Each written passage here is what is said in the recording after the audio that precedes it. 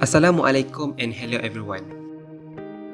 This presentation will be presented by Abdul Fattah Amir, Adila Hanim, Lailatul Jamaah and Siti Nur Syafiqah. We hope that all of you enjoy this presentation and lend us your ears and eyes. Now, let's start our discussion about this project. The title of this project is Preliminary Study on Demand Side Management. Project was led by Asfazam Kasbani.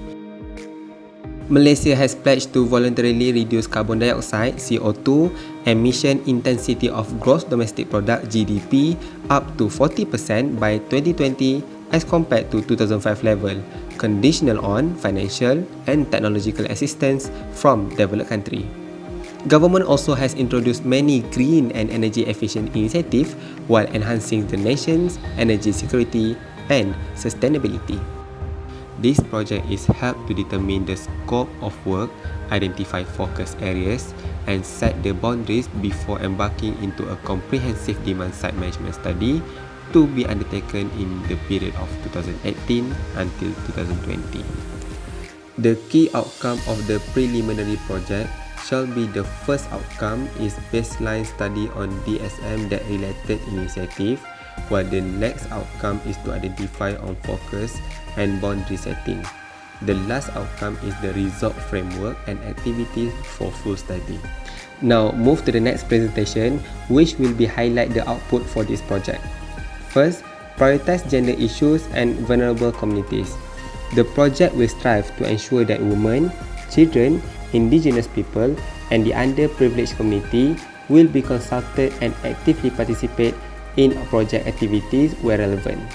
The Economic Planning Unit may seek advice from United Nations Development Programme and other interest groups to ensure issues related to gender and vulnerable communities are included during formulation and implementation. Secondly, soft and regular cooperation. Following the successful implementation of the project, this helps in promoting success and best practice between southern countries and can also lead to the transfer of southern technology on demand side management related to electricity, terms, and transportation sector. Last but not least, sustainability and scaling up. The outcome of the project integrate specific activities that guarantee their replicability and or sustainability. It will advance energy planning and management for energy security and mitigation of GHG emission for Malaysia.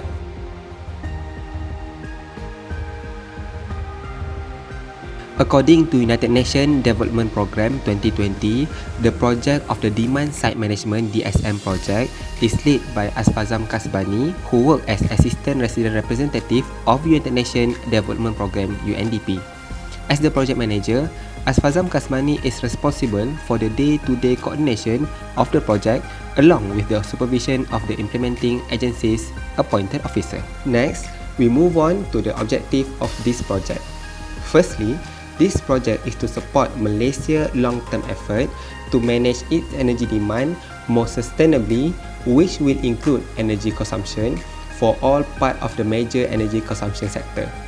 While the next objective is to act as an important tool to reduce the high demand for electricity, which affect the overall load on the electrical network.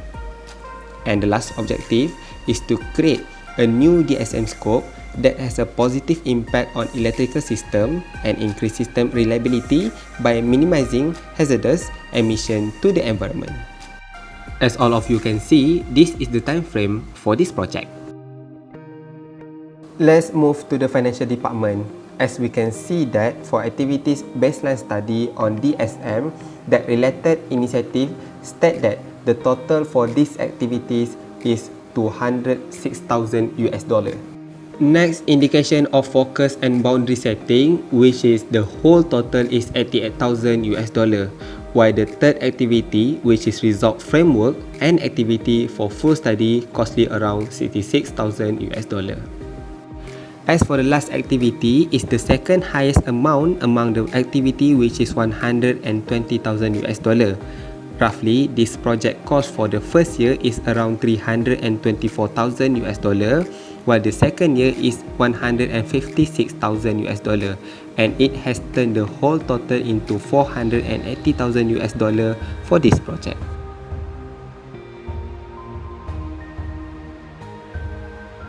The first lesson is that the project has taken the appropriate approach in ensuring the efficient use of energy in buildings, industries, and households. DSM is an important tool to reduce peak electricity demand, which affected the overall load on the electrical network, where it has a good effect to reduce the emergency of the electrical system and increase the reliability of the system.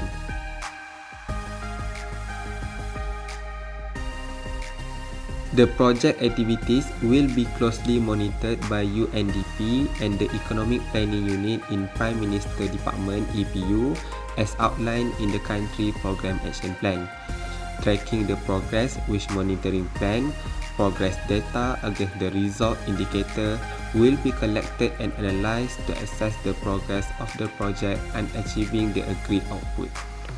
Next, monitor and manage risk as well as the risk log should be actively maintained, that including reviewing the external environment that may affect the project implementation.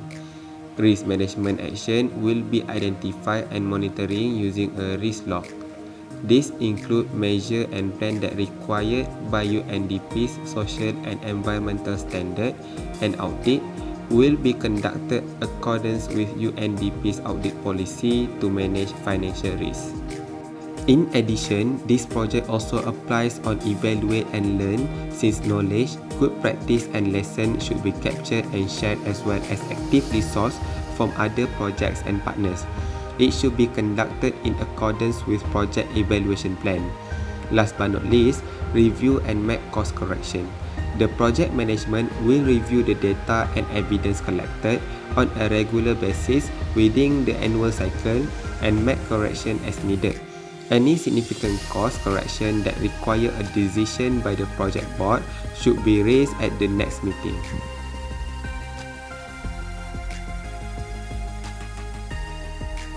As a conclusion, in this case study, we are focusing on the outcome of the developed program where demand-side management (DSM) ought to identify the focal point and range of the area to set a limit before starting thoroughly.